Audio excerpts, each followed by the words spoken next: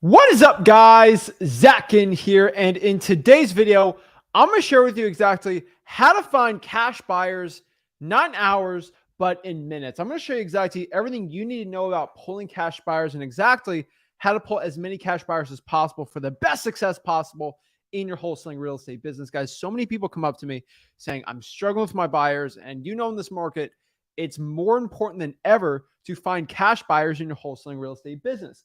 So that's what we're going to do and break down today exactly how you can find as many amazing cash buyers as possible so you can actually go out here, sell your deals for top dollar, and really find the most premium quality cash buyers for the best, just for the best deals possible, because I think so many people struggle with it. So that's what I'm ready to do, guys. That's why I'm here. That's why I'm excited to share with you exactly how to do it. Before I get into it, do me a big favor. Smash that like button. Hit that subscribe button, comment below your questions, and I will break down exactly how you can find the most premium, best cash buyers that are going to overpay for your deals. I'm telling you right now, you can find cash buyers right now overpaying for your deals compared to the regular cash buyers. And I'm going to give you a couple hacks. If you have money, it'd be easier to find these cash buyers. But most importantly, guys, I share exactly how you can do it absolutely for free. So it costs no money to do this. I'm ready to go, guys. This is literally, look me in the eyes, and I'm telling you, this is, if we're doing like a $2,000 webinar seminar, this is how much it would honestly cost for you to actually get this information from the gurus. It's insane, but that's the honest truth. You have to join my little mastermind and we go talk and do all this crazy. Guys, I'm giving it to you absolutely for free. So to join it, to get ready, to get excited, we got to pop it up. We got to get everyone excited. We got to get the intro in, and let's get that music going. Woo!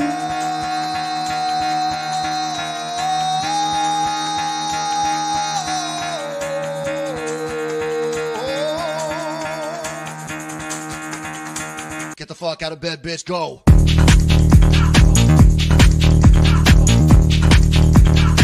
Get up, and then they got go.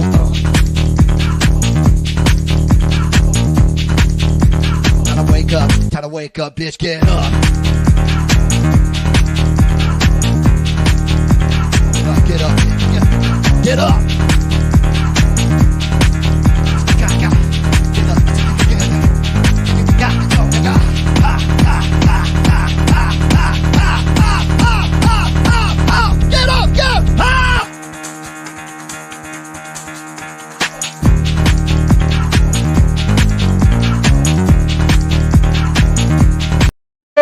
Snap, we're ready to go, guys. Everybody's got the support. Everyone's on here. Everyone's excited to learn actually how to pull cash buyers the right way. And honestly, what I can tell you is pulling cash buyers is not as complicated as the gurus make it seem. There's not some crazy thing where you got to purchase this insane little mastermind. You don't have to go to this crazy franchise. You don't have to do this crazy stuff. You don't even need to buy any crazy softwares. Like, it's not as complicated as it seems. And it's honestly a lot more simpler than most people make it out to be. So what we're going to do is really share it. And yes, wholesaling real estate can either be really complicated or really simple, right?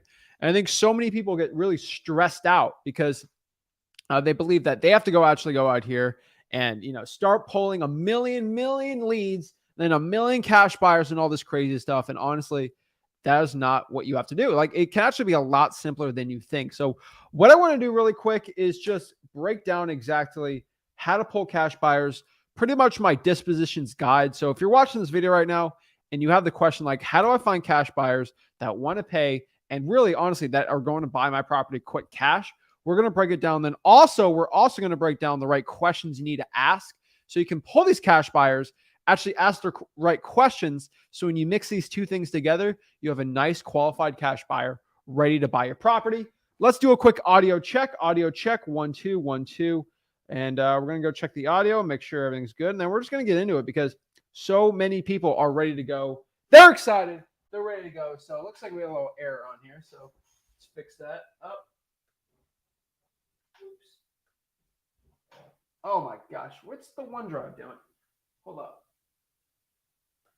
There we go. All right, we're good. So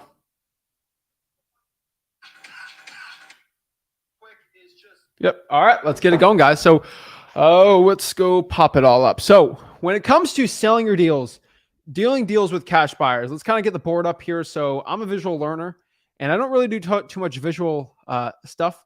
So we're excited. So excuse my handwriting, but let's sort of break this all down so you guys know exactly how to get it going. So there are pretty much in wholesaling real estate, you really want to look at it. There are 4 ways.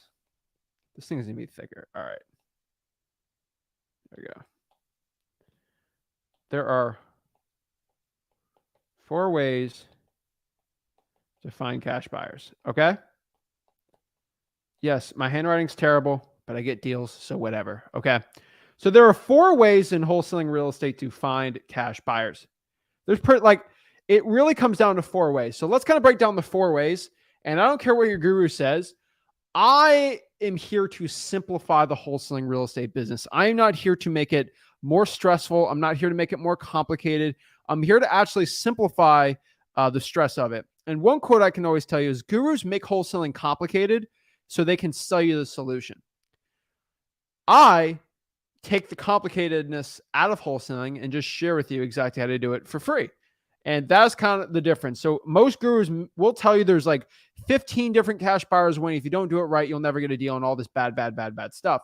When the truth is, if you look at finding a cash buyer, 99.99, like unless it was like an insane one, like there's actually more than one way to find a cash buyer than these 4 if you're really going to get it. But there's for about 95% of cash buyers, there's 4 ways.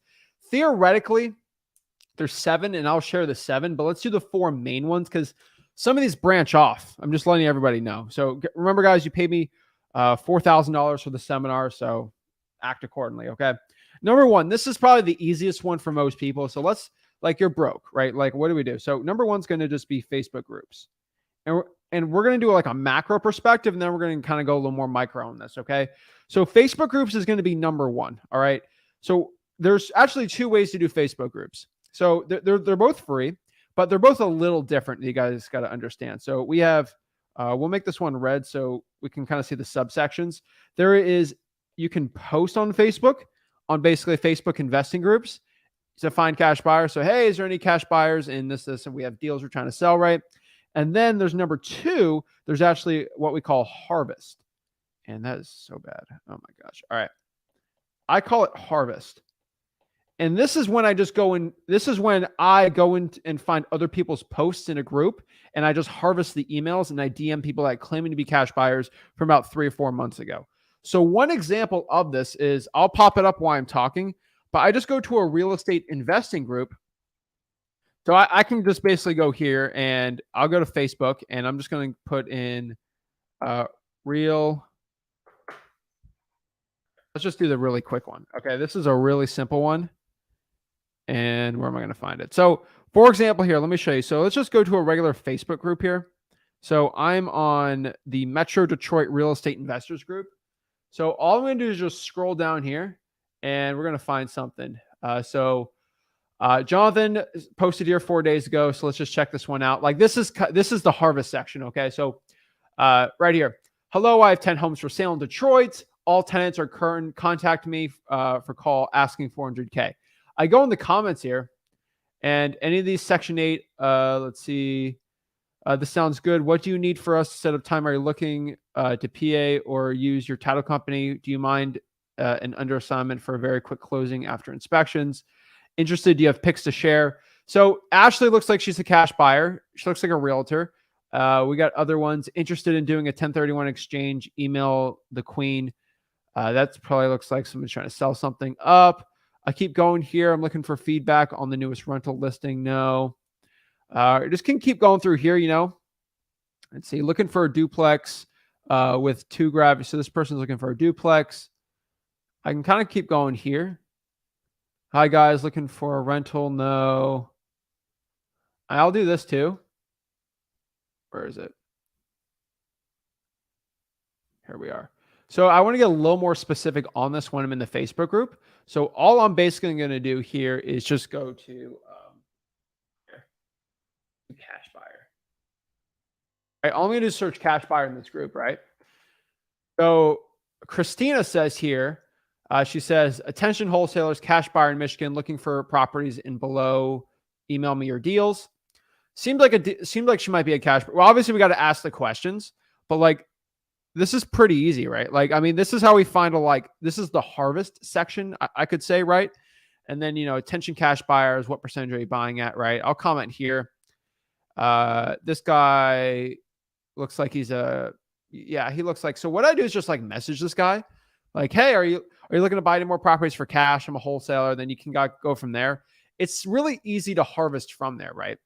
And then if you want to learn exactly what to post, so I kind of put post on there. So let me show you. All I have to do is I'll just go on YouTube. It's at freewholesaling.com, the copying you have to do. But yeah, Facebook cash buyers with Rick, excuse me for a second. And so we use a very, very, very specific ad copy. So this is at freewholesaling.com. I'm just pulling up the YouTube video that I have on it. And then the freewholesaling.com, you can just copy the ad copy. But we have ad copy of what to post. So if you look here on this video, I basically post these and honestly, I would probably post this on I'd probably post this on that Detroit group. So it's basically this one. Isn't the description? Yeah, it's right here. So here's my ad copy pretty much. So I just write this and then I post in the groups. Now, a lot of people have watched that video, so they're using a little more. But pretty much what it is, where is it? Not the like video. Oh, yeah, right here. Houses at a deep discount. If you're in Port St. Lucie, market, and if you're looking to buy off-market properties for 30 to 40% off market value and to make big profits on your next rental or flip, then PM me, drop me your email message, guys. You'll have 3 or 4 or 5. I can tell you straight up, guys, you'll probably have 5 cash buyers contact you every time you post. So I hope you guys understand the difference between posting and harvesting. Posting's when I post this ad copy. Actually, let me put it on the YouTube comments. So let me just copy. It won't be formatted, but I think you guys know. Now, if you're like, I would put Detroit, right? But like, guys, you post that, you'll probably get 5 or 6 cash buyers every single time. And if you do that in a bunch of groups, once or twice a day, I think it'll be fine. So let me post it in the comments. It should go through. All right. So it should be on YouTube, but I think it's kind of, it got posted as 2 comments, but you guys can go in there, copy it if you really want. But that's honestly how, I know I'm glossing a lot of this stuff over, but I just want you guys to understand, I'm glossing it over because it is all free. The insane detailed tutorials on it are at freewholesaling.com, but really it works really well, guys and gals. And so that is kind of what we're talking about. The first part, Facebook groups. People understand what I say, but they don't go as hard in the paint as they should with it. So Facebook groups are amazing, guys. So again, just recapping, there are 2 things. There are posting and then there's harvesting. You'll find a ton. I'm telling you straight up, probably in minutes, you'll find your first one like I did when I popped it up. You could probably find 50 to 100 in probably 30 minutes. I'm not that. That's even conservative. I think I found 250 in 45 minutes. I did a live stream where I showed how many I can pull. But here's the problem. I want you guys to understand how Facebook groups work. Okay. So let's do blue. All right. So let's say I do a lot, right? So let's say after everything, I pull in an hour. Okay.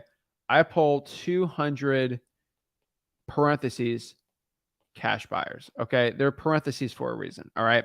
They claim to be cash buyers, but I asked them their questions like, hey, proof of funds, are you okay with wholesaling, assignment fee, title, all that stuff, right? Which I'm going to share with you at the end of this video. Most likely, you are going to probably pull, and I'm just saying this nicely, at most 2 to 4 legit buyers. Okay. And what is a legit buyer, right? What makes a buyer legit? Well, what makes a buyer legit is, number 1, they're ready to go. Okay. They're okay with you making money. They're if I send it to them, they're ready to go. 200, a lot of these are going to be basically wholesalers trying to daisy chain you, cash buyers that aren't looking to buy cash, all this crazy stuff. When you get to the right questions and you really find, their proof of funds, how many properties they bought in cash, title companies, they're okay with yours, all this stuff, it's going to come 2 to 4. Now, that's really good for an hour. 2 to 4, that means if you just spend 5 hours, you're probably going to get 10 to 15 really good cash buyers in a week. And That's honestly all you really need to sell your deals. Like, I'll tell you straight up, if you have 10 good buyers, if you have 10 buyers and I'm going after a theoretical deal where it's, let's say it's locked up. It's locked up for 100K and I try to sell it for 120K. With 10 really good buyers, I'll tell you straight up where the numbers are going to show. I'll make it green for money. I would probably say that, I'm just trying to think of math here. Probably 4 of them are just going to say no because it's not the right criteria. 2 of them are going to be at like 90K. Okay. And then we have 2, which will probably be at 110. And then maybe I would say 2 at probably 120. And these are how the numbers really work. So we're going to have 4 here that are going to say no. Just want everyone to understand that. Like if I have 10 buyers, they're all going to be so much different. And you got to legit call these people out. And honestly, 2 out of 4 is not like, I hope you guys don't understand. When I say legit buyer, like I call them, they're ready to make a decision. They're not going to ghost me. I have an actual relationship with them. This is like, this is the truth. Okay. So 4 of the 10 are going to say no. Just, it's not their, people are just interesting with their, okay. 2 of them are going to be at like the super low ball price. I'm just being honest with you. Okay. It won't even work for you. Okay.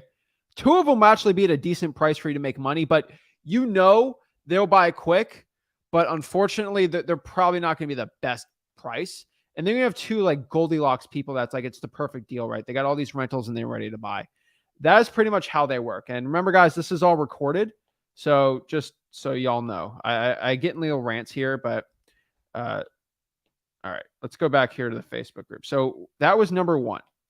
What is number 2, right? Now, number 1, it's good. You get a big volume, but the quality's down. So that's why from 200, it gets to like 2 or 4, right? So let's kind of talk about number 2. All right. Now, number 2 right here is pretty much going to be the 4 rents. Okay.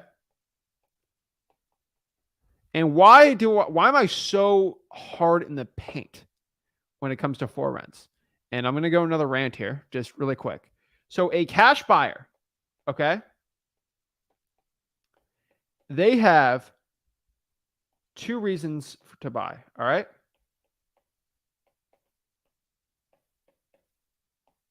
I just want you guys to understand. A cash buyer only wants to buy your deal for 2 reasons. Most of the time, 2 reasons. Okay. 90% of the time. Now, there's 3 of them theoretically. So the theoretical one is they can buy it and just hold on to the property, not rent it out, not do it, just literally land bank it. That's very rare. I don't find many like that. So I'm going to kind of keep that away. Okay. Most cash buyers for your deals are either going to, number 1, want to flip it. And that is their sole reason for wanting to do it. Okay. They want to buy it and flip it. Okay. That's pretty much it. They just want to flip the property. That's it. That makes they want to buy it for 120 and then sell it for 160, 170. They're looking to make money. There's no shame in that, right? Like, duh, that makes sense, right? Or number 2, they want to rent it out. Those are the 2 reasons why your cash buyer is going to want to buy a property. So if I know that it's a weird split, every market's different. I would say flippers are going to be 70% and we're going to have 30% rentals. Some markets, it's like 60-40. Some are 50-50. If I can just guess, which I'm going to get torn up in the comments, but this is just my guess. Like thinking about this, 75-25. And that's pushing it. About most of them just want to make a profit, right? And then 25, and then some would like to flip it and rent it out. So they're kind of in between 2 and they kind of want to burr it. And really, like if someone's going to burr it or buy it for like a sub 2 deal, it's theoretically flipping it and then reselling it, or they take over the subject to and then they rent it out, right? Now, if they do a wrap, that's the theoretically a flip. So pretty like they're all kind of like this. And even if somebody wants to hold it, they're holding it for appreciation, which is going to be for flip just to make money. And they're eventually probably going to sell it, right? So pretty much when you look at cash buyers, they're wanting to buy it to either flip it or rent it out. Now, 25% of all the cash buyers are going to be for pretty much renting it out. Now, I'm trying to say this as respectfully as possible, but like if you're in a high crime area or an area where properties are worth $40,000, $50,000, it's a lot harder to basically flip those houses, right? But it's a lot, but you get Section 8, you get a lot of good rentals. So if I'm in an area where the prices are really low and there's high crime, there's going to be a lot. This number is probably, so there are parts of Detroit, Cleveland, Memphis that I know where it's like 80% rentals. Okay. Every market's different, guys. I just want everybody to understand that every single market is different, right? So I have an area, it's even by zip code in my market where it's a higher crime area, but they're amazing Section 8 tenants. Like the tenants are great, just a higher crime area where most people buy it and rent it out. My cash buyers in that area. I have flippers that won't even go near it. So in some areas like that, or if we want to get rental properties, right, we're going to want to figure out the cash buyer numero uno who wants to rent it out. Now, Facebook groups and all the old ones, they want to flip it. But if I want to find specifically the cash buyers that want to rent things out, that want to buy it to rent, where am I going to find them? Most likely, they already have bought in other properties and rented it out, and they want to buy more rentals at cheap discounts because that's what we do in wholesaling. Where are they going to be? They're going to be on the for rents. That's why I would tell you guys to go to the for rents, because they're sitting there, they're chilling, right? Like if I want to go, I'm wearing a Dolphin shirt today. So if I want to go find Miami Dolphins fans, am I going to go to Pittsburgh? No. Okay. Like there are some, but not many, right? I can go to two ways. I can go to the Miami Dolphins, fan club on a Facebook group, and then they're there, right? I ain't going to go to the Pittsburgh Steelers Facebook group, right? If I want to find people that are into knitting, I'm going to go to knitting stores, right? If I want to find cash buyers that want to rent properties out, where are they chilling? They're chilling on the for rents, because I can't just look at a property and say, yeah, he's looking to rent that. He's looking. You don't, right? You got to go where they're chilling, right? And so that's why I'd go to Miami. I'd probably go to Hard Rock Stadium, and I'll find a lot of Dolphins fans there, right? Those are the reasons why people are looking to sell real estate. So that's what I just want to let everyone to understand. Why am I so adamant about finding the for rents? Because 99% of the cash buyers that are going to rent it out already have other properties they're looking to rent out. You don't want to be the first person's first rental. So where do I go for the for rents, right? So pretty much the ways you go to the for rents is I like Zillow. Zillow is probably going to be the number one option because most people don't have the money for it. So you kind of go to the Zillow for rents, right? Great strategy. You just call them up and you say, hey, are you looking to buy any more properties for cash? Pretty simple. Number two, MLS. Now, there are some issues with the Zillow for rents and the MLS because some of these properties are both listed with a realtor. And that's not bad. But we got to understand if, Sally Sue Realtor is listing this property, she's not going to, I can't give up the client's information. So what I'm going to do is if I find out that 134 Main Avenue, okay, is listed on the MLS or a realtor's listing it for rent, I'm just going to look it up. I'm just going to look up the owner. So I'm just going to probably go to the property appraiser site, right? I'm probably going to the property appraiser site, find the owner, or find an LLC. And I can probably skip trace the mailing address and find the mailing address if I really had to, right? That's pretty simple, right? Most of these guys and gals are LLCs at their personal residence, so it's not really that big of a deal. But if they're listed with the realtor, don't fret over it.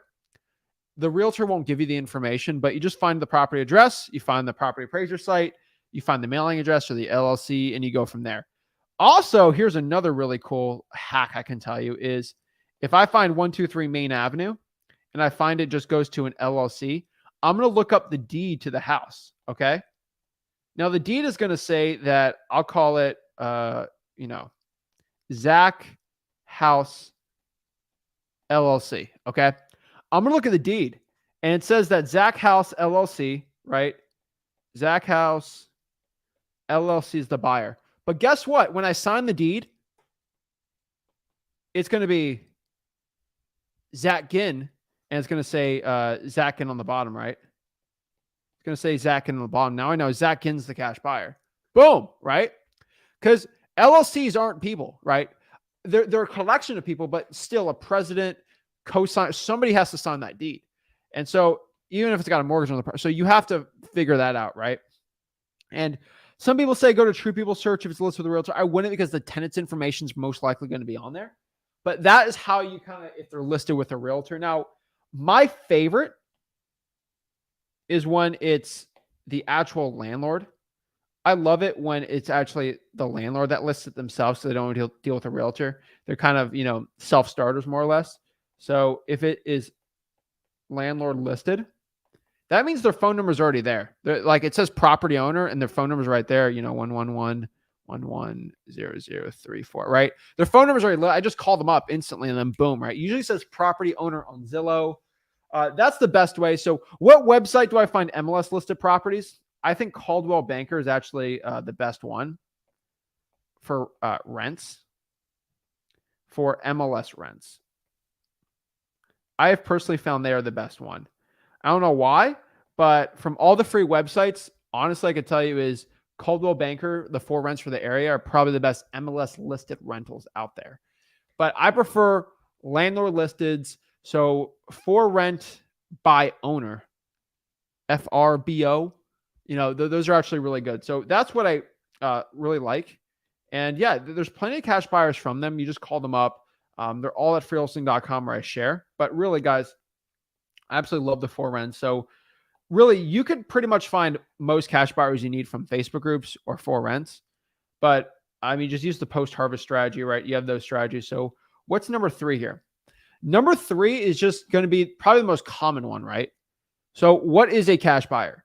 A cash buyer is somebody that buys a property for cash. Pretty simple. That's duh, Zach. So if somebody buys it, what if I had a list of every single cash purchase? That's it. It's the cash sales. Specifically cold calling them. So you get a list of all properties that have been sold. Okay. You pretty much just go on PropStream and find all the properties that have been sold in the past year, all for cash, and be like, hey, you looking to buy any more, buddy? That's it. Like, I think so many people really complicate it. But really, that's how you do it. You just got to go out here. Like, you can use any service you really want, but like, I can tell you, just go to the cash sales and you'll be fine. So there's really 2 ways to find it. Let me just log in here. Oh, while I'm doing this, but yeah, cash. So if somebody bought a property for cash, all you need to do is just go out here and pull the list yourself, right? There's plenty of ways to pull that list. Let me go log in here. I'll just show you how. There's 2 services really you can use. There's obviously free and paid ways to do it. But let's see. Let's see. I gotta use my other computer. I might email on that one, but no big deal. All right. So pretty much all you gotta do is just go to the cash sales. So for the cash sales, there's gonna be 3 ways to find them, really, pretty much more or less, right? So pretty much you can use like listrei.com, basically PropStream, or you can use zacdata.com. All right. Those are paid softwares, obviously, but it's going to be hard to do it yourself. So honestly, those are probably going to be the best ones. And at freewholesaling.com, we kind of break down how to do it. Pretty much there's a cash buyers tab on each one. And that's how they pretty much work. And you'll have all cash sales for the past year. You can kind of filter out from there. Just go to freewholesaling.com, the bottom right hand corner right there, and it'll show you how to do it. But they're pretty self-explanatory from there. But yeah, they're at freewholesaling.com, and I'll try to pop it up on here. Actually, if I make an incognito tab, I think I can get in there really quick. I'll just show you like a really quick example on here. Just got to sign in on this. So I have a new computer for the stream in here. So, all right. But pretty much the point of it is hey, I saw you bought this house for cash, Mr. Cash Buyer. Are you looking to buy any more for cash? Yes. Well, I'm a wholesaler. And you go from there and ask the right questions that we teach you exactly how to ask, right? I think that's sort of the point here. So many wholesalers get really, I think they get really confused with it. But really, it's not as complicated as it seems. So many people think it. So let's go into, again. Oh, my Lord. They make it so complicated. Okay. We're in. So I got to exit out some of the deals here. But really, you just use those 2 softwares. Again, they're absolutely free to use. But they work really well. So let's get into how to do it on here. All right. See, I got to block my location on here, but all right, here we go. So let's show you. So it'll take me like 5 seconds to find this, but let's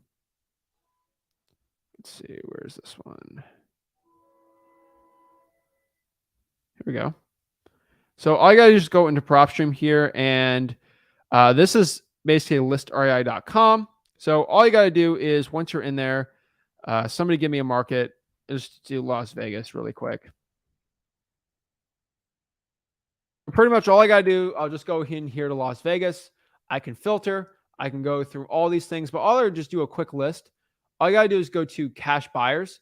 And then from there, I can kind of do property characteristics. I want for residential real estate, single family houses, right?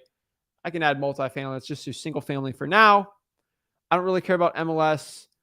Years of ownership doesn't really matter. Owner type, I can do individual, but I don't think that matters too much. And then all I care about is, I can do this too. Numbers of property owned, minimum 2. That's one I've found a lot of people like a lot. That person had to own at least 2 properties. And then you can go through, you can even go through all the valuation and equity, right? I don't think it's going to affect too much, right? Maybe you want to make the value at most $500K. You really want to get crazy with it. But pretty much it'll give you a list of cash sales right here, right? It's not that complicated. So all I got to do is I'll go to list view. And then the only thing you got to do is go by sale date. And then go by the most recent ones. And these are going to be recent properties that were bought from cash, right? Pretty simple. So like right here, Lee Min Ging. So some people just buy properties for cash. It looks like she lives in California. So this looks like a rental property here. So I got her information here. Go to mailing address. I can skip trace it. Boom, ready to go. That's really how you do it. PropStream works the same way with it. Batch Leads works the same way with it. But really, that's how you do it. You go to those softwares from there. Makes it pretty easy. But there's other ways around it. You can do it for free. So let me just show you that really quick. So we have cash sales and we have listrei.com, right? So let's go to the next one here. So that's numero uno, right? So let's make it a little star. So that's one way to find cash sales. The next way to find cash sales is just pretty much just doing realtors. And I actually like using realtors for cash sales. So what I basically did last week was I just went to, pretty much went to redfin.com. And then I went to the solds. Okay. I pretty much went to the sold. And all you got to do is find ugly looking houses on the sold. So in this particular case, when I went to the solds, my other criteria on these was I wanted it below 100K, which is pretty much the cheap houses. And then I called all the realtors that were buyer's agents. Okay. Again, and then I looked for the buyer's agent, which they showed. Zillow has that too, but buyer's agent. So all I did was I cared about sold properties that sold for 100K or below. And I looked for the buyer's agents, and all I did was cold call the buyer's agent. That's all I did. Zillow sometimes has these cash sales, but they work really, really well. I absolutely love it. But guys, it works so well. So many wholesalers complicate it. If you go to Redfin, go to Zillow, go by the solds. Really, you can kind of get in the nitty gritty of it. But honestly, if the property is sold for below 100K, look for the buyer's agent there. You're going to be fine. I'll give you a quick example here. So let's go into Redfin. Let's see here. What market should I do in Redfin? So let's just do Atlanta. Why not? Feeling Atlanta today. I have no idea why. I think we have a lot of supporters in Atlanta, so let's help them out. So all I'm going to do is we're going to go to Hotlanta.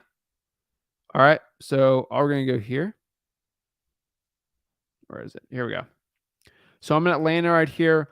All I'm going to go to is the sold tab.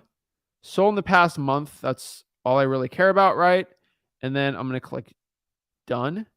And then price, let's max out the price at, I'm going cheap. So 175.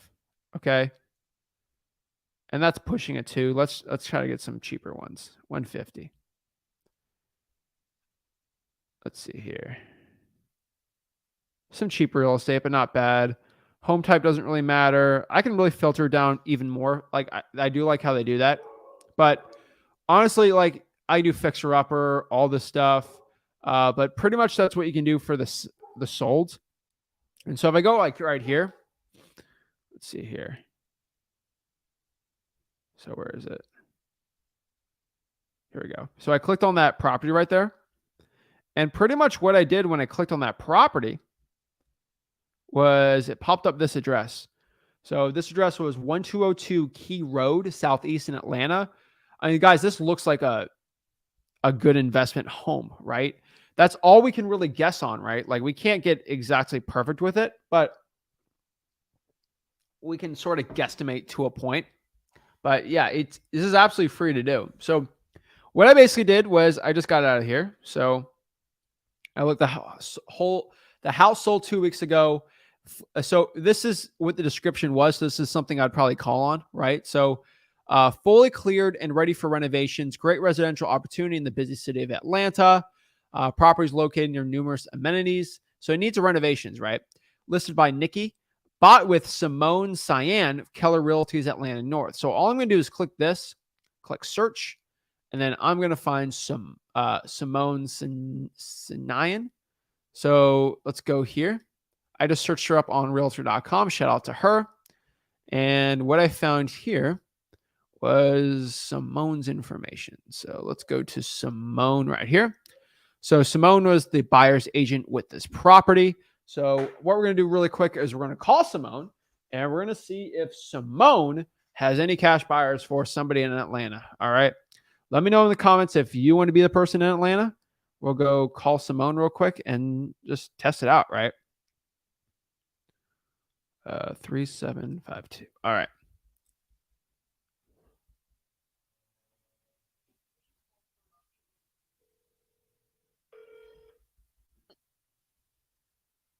Please leave your message for Corey. Hey, this is Zach. Please give me a call back. Trying to reach Simone. Thank you. All right, no big deal. We just tried it out. But pretty much from there, like I don't know who's Corey, but whatever. We're just trying to reach out to Simone right there. And then she'd be a cash buyer for us, right? That is the point, guys and gals. Like you can find that strategy really quick. There's a ton of money with realtors out here. I think a lot of people feel like realtors are the enemy for us wholesalers, but really they can be a huge blessing for us to get these type of leads really well. So it works really, really well. So that's kind of how we do the realtor. And then the third tactic right here, which is going to be pretty much right here. So let's pop it up. This is a controversial topic I always talk about, but it's true. Oh, that looks nasty. All right. I don't know what I did there. All right. You can steal cash buyers. And I say this all the stinking time, but you can steal cash buyers. And I am not very popular with the gurus on this one because they don't like it, but I could care less. You guys know you can actually steal cash buyers from other wholesalers. I don't even think that, honestly, there's nothing really wrong with that per se in my mind. You can just steal other people's cash buyers. And what I mean by stealing cash buyers, if I have Joe Smith, which is a common name, so I'm not like going after anyone. If Joe Smith is flexing a check, okay? If he is flexing on everyone on like a nice little check right here, okay? It says, 10K, boop, boop, boop, boop, boop. Great, right? And then the memo says, assignment for 147th Jones Street, Atlanta, like 22211. Guess what I'm gonna do if I see that? Guess what I'm gonna do when I see that little memo on there, right? I'm gonna steal this guy's cash buyer. Like, guys, if you're flexing and you want to post a check and you put the address on it, I'm just gonna steal it. Okay. So what do I do here? All I gotta do is once I get the address, I'm gonna look up the owner. The owner on record. And guess who the owner on record is going to be? The cash buyer. It's going to be under probably,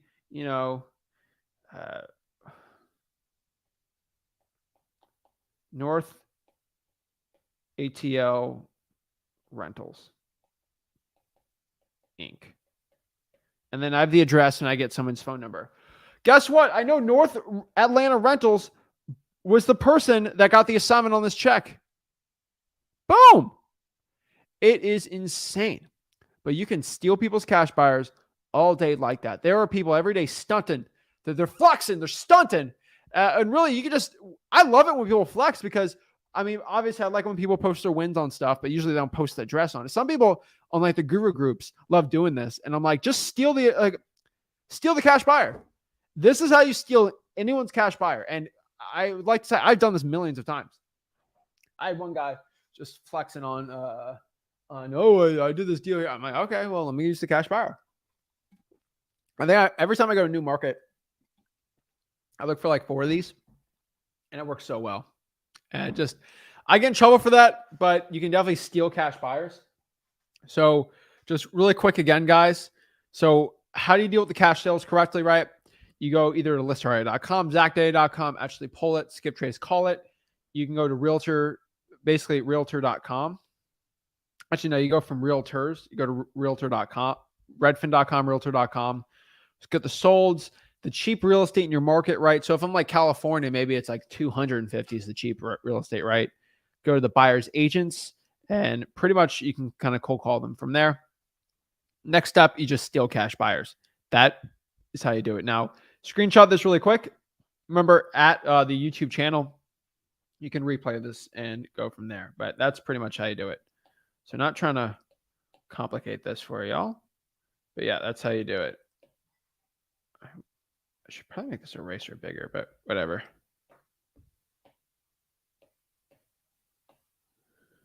Whee! All right. So that is cash sales, y'all. So let's get to the next part here.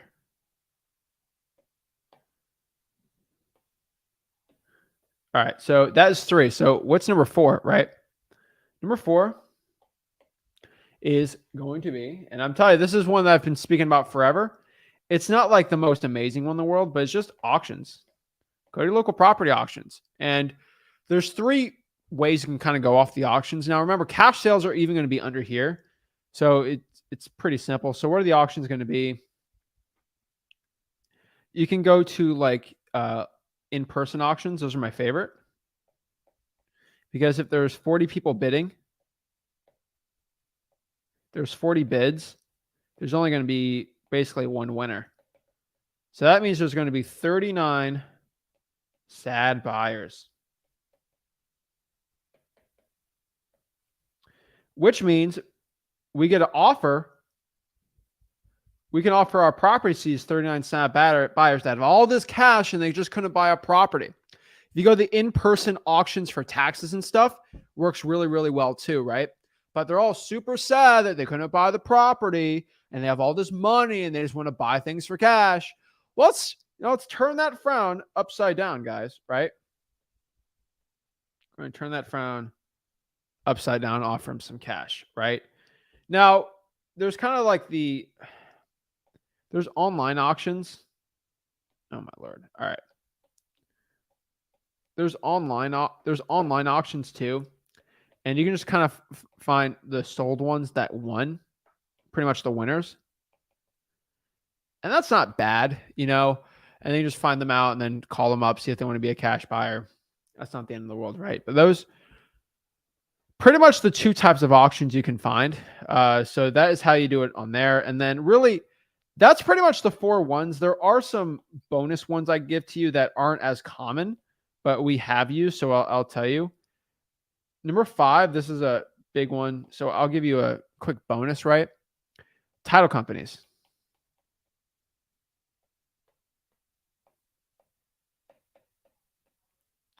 Why do title companies work so much for cash buyers? Okay.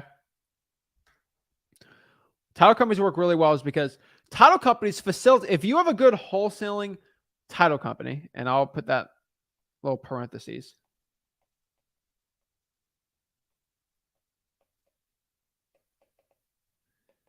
If you have a wholesaling title company, they probably do a good wholesaling title company will hopefully do 10 to 15 deals a month. And on closing day, the title company is like, if you guys get the cash buyer's like, if you got any more deals, send them over. So that title company probably has hundreds of cash buyers in their database that have bought properties for cash, hundreds, right? Hundreds of cash buyers.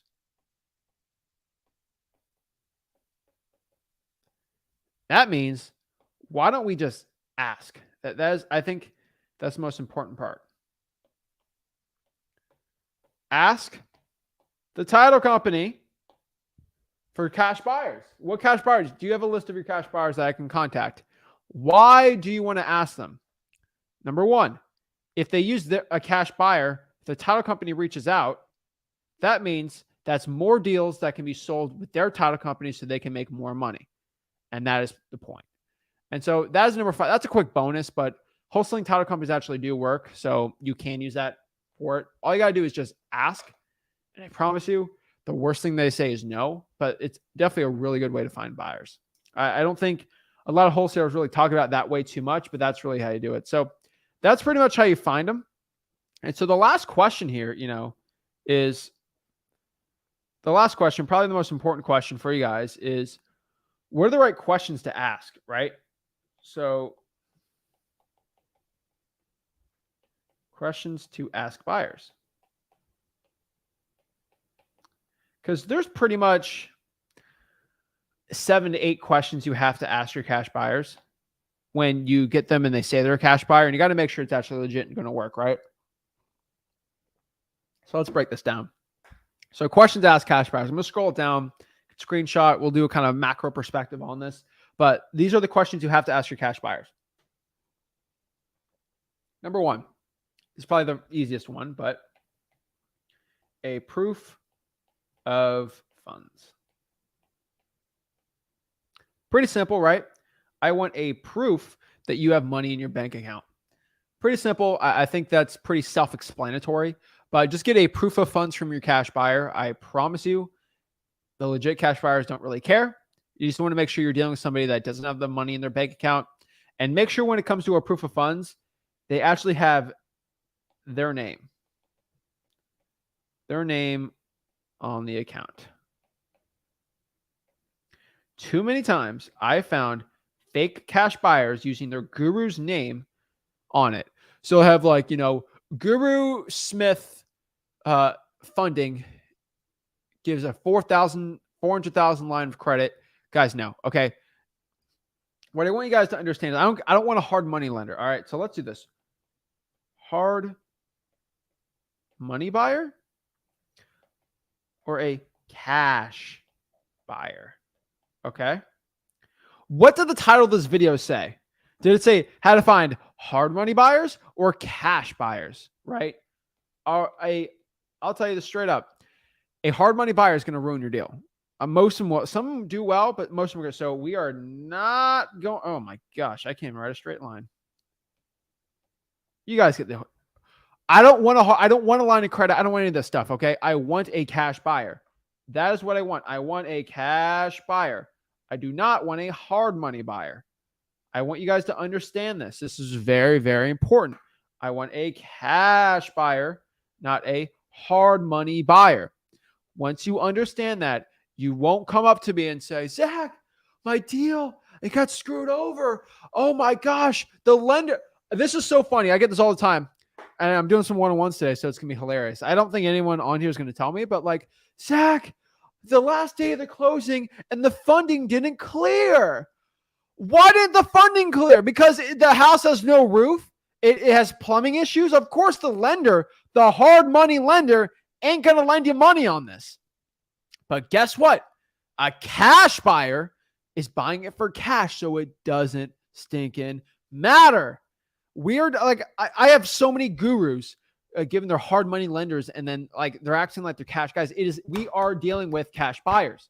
So many beginner wholesalers have this issue because you listen to stupid broke gurus that don't do wholesaling deals. I'm telling you, cash buyers only. It drives me. But the market's there. I don't care what the market says. You still got to focus on cash buyers. This video was about cash buyers, not hard money buyers. The difference between a cash buyer and a hard money buyer is that they have a proof of funds right here, a proof of funds, I'm going to break this iPad in a second. They have a proof of funds. A hard money buyer has a basically what pretty much a lender, basically a funding lender. Okay, it has a letter of funding, line of credit. Okay, cash buyer. All right, that is the point. That is what I'm talking about. Their name has to be on the account. If it's not their name, it better be their spouse's name. And if it ain't their spouse's name, I don't really care. Okay, just letting you guys know. Okay, so it's just it is so funny, but it drives me crazy. Okay. Now you can do private money. That's money in the bank account. But if you have to go through points and all that, no, okay? No. All right. Number 2. What is the second question we must ask here? We must ask them if they are okay with the wholesaling process and if they know about it. Why do I ask them this? I want to see if they actually understand wholesaling. Okay.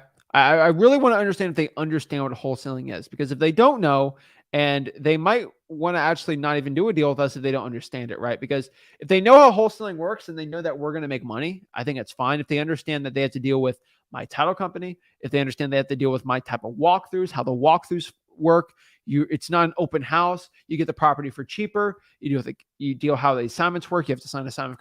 They understand how wholesaling works and what I'm doing and why I'm doing this. It makes sense to them, right? If they don't understand it, you can educate them and then go from there. A lot of wholesalers don't ask this question, and then they get upset that the cash buyer is upset with you making an assignment fee, or they're upset with you using your title. All that, like, it's stupid. Okay. Make sure they're okay with the wholesaling process and they're comfortable with it, because they have to be comfortable with it. Okay. Number 3. And this is kind of the same thing, but I specifically, I don't know. I was looking up at my board what to write the right way, but okay. Are they okay with my assignment fee? And what do I specifically mean by this? The assignment fee. Okay. What I mean by the assignment fee is, are you okay if I sell you a deal, if I sell you a deal at $200K and I'm getting a $150K assignment fee if I locked it up for 50K? That's pretty much the question I ask. And the reason why I ask that is, are you okay if I get a $150,000 assignment fee? I never will, and I probably would love it, but I'm most likely not. Are you okay with me making $150,000 on this? Let me know. No, I'm not okay with you. Then they're not a good cash buyer. Don't deal with them. They need to tell you, as long as I buy it for the price I'm okay with, I'm good to go. Okay? That's it. It's a setup question. Okay? It's a gotcha question, all right? It's a gotcha question. Gurus give me gotcha questions all the time. Most recently, some guru told me, he said, Zach, why would free wholesaling information doesn't work? Because you need skin in the game.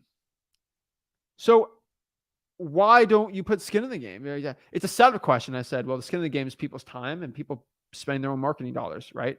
I thought it was hilarious, but that guru got very upset with me. But like, I get DMs all the time from people like, oh, what's your end all on this? Guys, are you okay with me making 150K? If they are not okay with it, then they're not a good cash buyer. Screw them. Okay.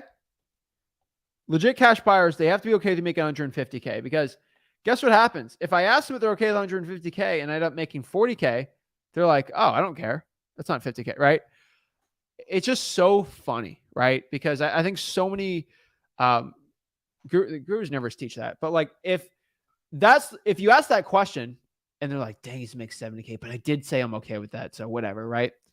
It's just, if you don't say it, if you try to make it hidden, no, okay?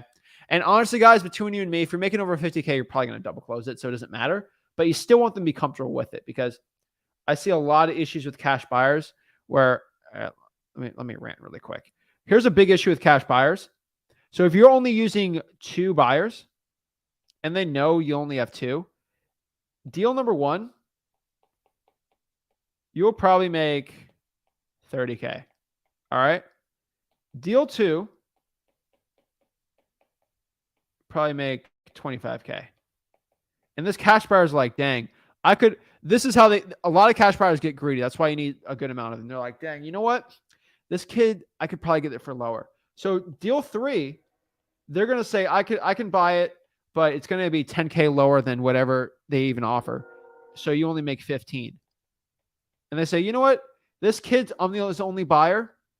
He's making 5. That's all he deserves. And then you end up for deal 4 through 10, if you only have one buyer, only making 5K.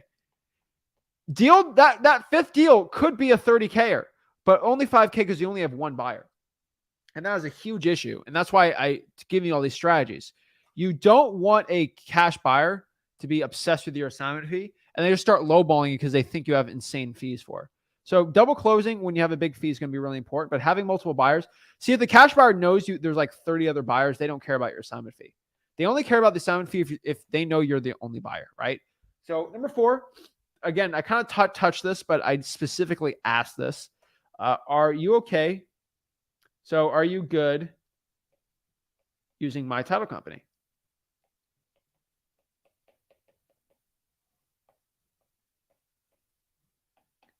I'm using 1 Main Street title. That's who I use.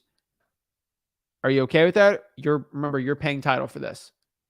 That is the one I use for my wholesaling.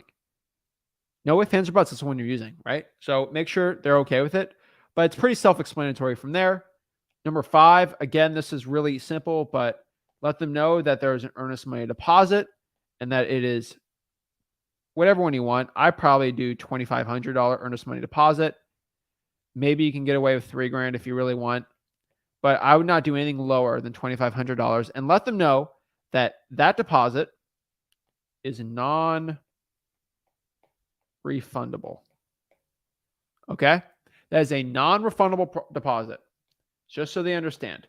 It's a non-refundable deposit. Once you get that deposit in, it is non-refundable.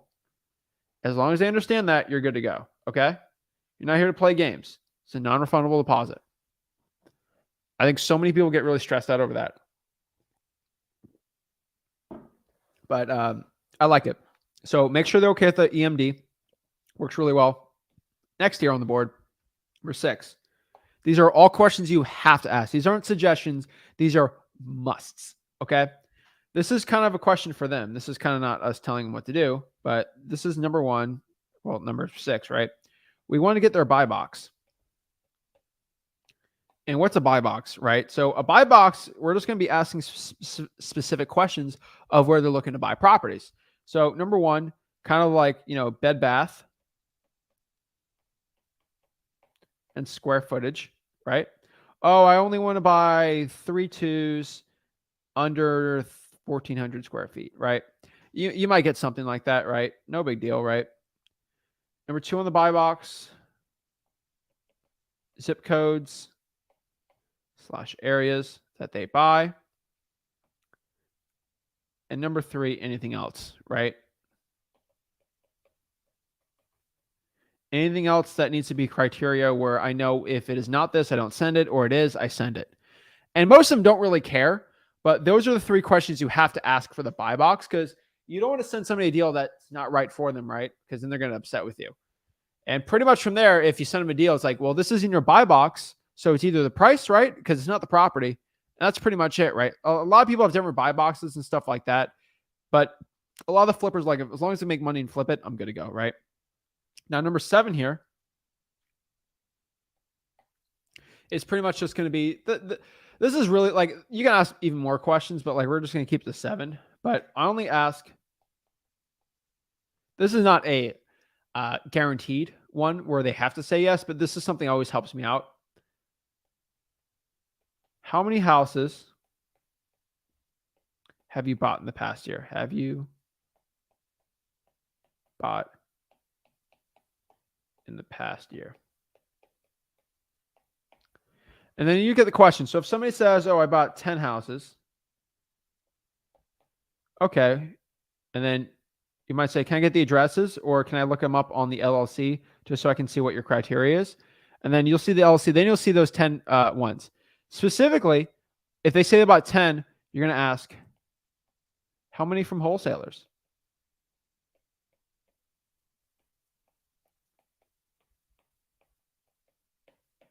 And they might give you like, I bought 3. No big deal, right? Then I know they've bought from wholesalers before. So this person has already bought in properties from wholesalers. They're probably a really good cash buyer. Those are the questions you have to ask, because once you start getting into that, things start really opening up for you guys. I'm telling you. So remember, guys, how many properties you've bought in the past year? They say 10. How many from wholesalers? So let's recap. Let's kind of recap let's recap from the top. All right. So how do you find cash buyers? There's 4 ways. There's Facebook groups. You either do it by posting or harvesting them. Pretty simple. Cold calling the for rents. I prefer Zillow. 3, cash sales. ListRA.com. You use realtors. Use all these strategies we do. Auctions. You actually find wholesaling title companies. Pretty much what I could tell you is 10 to 15 cash buyers going to be with the title company per month. So there's going to be hundreds on there. Just ask them nicely. And again, what are the questions we have to ask our buyers? Number 1, proof of funds. Get a proof of funds from them. Cash buyer, not a hard money buyer. Number 2, are they okay with the wholesaling real estate process? Remember, if they're not okay with it, not a good deal. Are they okay with my assignment fee? Are they good using our title company? Make sure they know we have a non-refundable earnest money deposit. What is their buy box? What properties they're looking to buy? How many properties they've bought in the past year, and how many from wholesalers. That is a recap. That is exactly how you find cash buyers in minutes. That's how you find as many buyers as possible. And that's how you find buyers that are going to overpay on your wholesaling real estate deals. So many wholesalers really complicate the entire process for wholesaling real estate, dispositions, and selling your deal for the best profits possible. I promise you guys and gals, it is not as complicated as the gurus make it seem. Guys, I know I jam-packed this information in under an hour. Well, kind of an hour, but technically under an hour. So, guys, I wanted to replay this. Remember, just go on the YouTube channel. Make sure you subscribe. And then really just watch it through, replay it. I don't have, like 30 hours to break it all, but like I try to get into it as much as detail as possible on there. But yeah, so that is pretty much how you find cash buyers, guys. If you have any other questions, let me know in the comments. We're going to do some one-on-ones today. We're going to answer some comments. We're going to have a fun, jolly old time out here. But yeah, that is the point. So I like Chevy. Chevy got a cool question here. So Chevy said, new to the free wholesaling education, I apologize in advance for any newbie questions. There's no bad question as a newbie, right? One thing I can tell you is if you are a newbie, let's make this darker. If you are a newbie, I'm not like, there's not a bad question you can ask, but the one thing I could tell you, let's just make it black, whatever. Where is it? Hold up. There we go. The one thing I could tell you is I would prefer if you have a question maybe that you might think is a newbie, go through freewholesaling.com, the free wholesaling course. Most of your questions will be answered in there. But again, if you have a question that seems like a newbie, just ask it, right? Like the worst thing I'm going to say is say, well, no, right? Or this is something we teach at freewholesaling.com, but it's this, this, and this, right? I think a lot of people get disgruntled, like, oh, I don't want to ask that question, be newbie. There's so many newbies watching it. You're actually going to help people out. So don't get freaked out or sad or anything like that. Like if you're a newbie, love to help, right? That's sort of the point here. So yeah, don't get worried if you're a newbie or something, but yeah. All right, let's get some, let's see. I've always looked for homes based on my buyer's buy box. Yeah, love to do it. All right, so let's see some questions we got here. And yeah. So this is a big one. Zach, how do I go about skip tracing a buyer's LLC to get a hold of them? Honestly, what I've always found is if I can look at the mailing address and find out who owns the mailing address, hopefully it's not a UPS box or PO box or something like that. You can pretty much just find their personal address. PropStream's really good on it, listRA.com. Or you can actually go out here and probably just look at the deed and see who signed it and then kind of look up who's the owner on the property appraiser. That's going to be your best way to find it because most people own their own homes they live in with their personal name. There's trust and stuff you go around that, but really the reason for that is because they want to get that homestead and stuff like that. So yeah. Let's see here. Love Dr. Do. Oh yeah. Love, I hope he's in Wakanda Forever that movie's going to slap. Black Adam's going to be a good movie too. I'm excited for both of them. It's going to be really fun, but no, this is, This is MF Doom, not Dr. Doom. But yeah, I think it's artwork from Operation Doomsday, but he's a rapper. Rest in peace. Love Doom. All right. And I actually, Victor Von Doom is my favorite villain too. So Secret War is waiting for it. But yeah, it's cool. They kind of combine there. But yeah. So let's answer some questions. Let's do some one-on-ones and see exactly how I can help the people out. Now, I always bring this up. I always talk about it. I always roll my eyes on this, right? But like, I get asked all the time, like, how do I hop on these one-on-ones? How do I talk to you? How do I have a conversation with you? How to get coached from you absolutely for free? And always the answer to that is in the Facebook group. That's it. So let's kind of break this down exactly how you can actually hop on here, talk to me for free, talk to me absolutely for free. All you got to do is just join the mastermind, Wholesaling Houses for Real. That is my Facebook group where I teach you exactly how to wholesale real estate absolutely for free. It's our community of wholesalers. Love the group. Everyone's amazing in it. And yeah, pretty cool. So just go here, www.facebook.com/groups/wholesaling houses for real, because I wholesale houses for real. I'm not a fake guru. I'm not none of these things. I just show you how to wholesale houses for real because it's what I do, guys. So yeah, wholesale houses for real on Facebook. Go check it out. But yeah. So how do you hop on this? So let me just show you really quick. Wholesaling houses for real. So right here, I am in Wholesaling Houses for Real, 73,000 members strong, which is amazing. So how do I hop on here? So all you got to do is when you go in the tab, the featured tab, Zach shared this 4 hours ago. So everyone had 4 hours to get in line to go talk to me. Okay. Everyone had a lot of time to hop on and talk to me. Okay. So you click here. All you got to do is you got the time right here. You can watch here on YouTube or you can join here on the StreamYard link and then hop on and talk to me. I don't like making the StreamYard link public. It's only for the Facebook people. Like a guru says, I'll have an event, but only for the paid students because I don't want any of the people trying to learn for free get too much good stuff from me, right? But no, you just got to go to the mastermind. It's absolutely for free. And then we'll kind of break down exactly how you can start wholesaling for real. So without further ado, if you go on there, click that link, you will be in line to talk to me absolutely for free. And we'll break it down. So Cody says, do you hate being called a guru? I ain't a guru. All right. That's the one thing I do. A guru is somebody that sells information for money. I don't sell information for cash. That's it. Okay. I ain't no guru. All right. I just want everyone to understand that. I don't have a $12,000 mastermind. I don't have a program for me I don't have a program for $10,000 to go buy my course. Okay. If everything I do is free, it's pretty much it. Yeah. YouTube might pay me ad revenue for it, but that don't make me no guru. A guru is someone that tries to hoard information and stop people who have no money from actually succeeding in life. These gurus, they broke, and that's the truth. So, Jason, what is up? What's going on? How are you? Good. Driving safe? Oh, yeah. All right. Awesome, man. What's up? How can I help you out? I'm gonna ask you really quick. So I went and looked at a mobile home.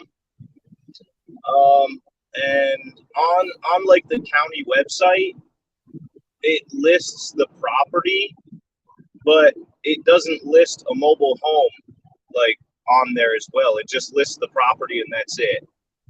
Is that okay? Like to wholesale still? I mean, it's definitely got a mobile home on it. I was just there looking at it. Yeah, it's not. So what do you think about that?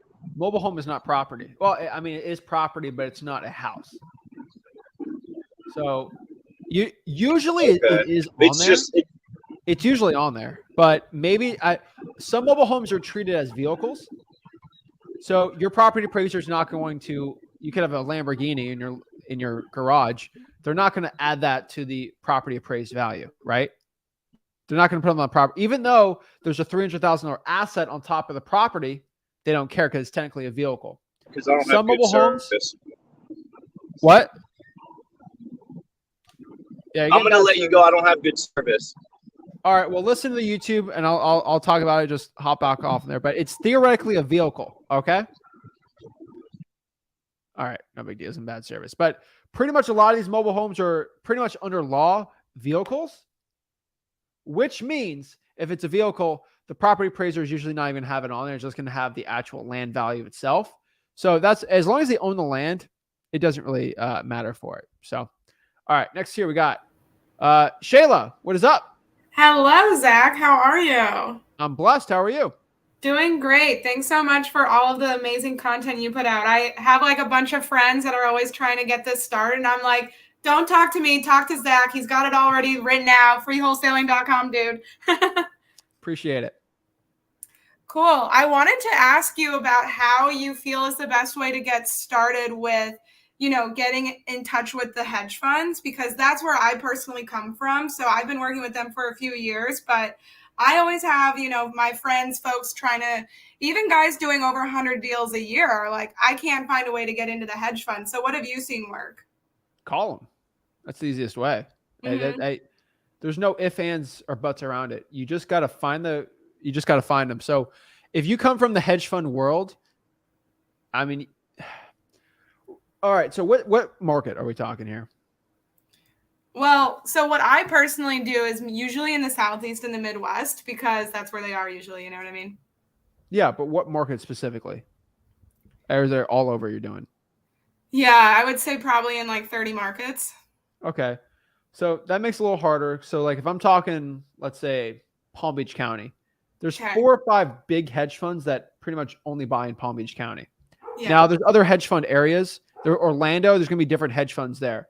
Now you got the big BlackRock type people. That's not going to be a good one. There's kind of, I call them mid-tier ones.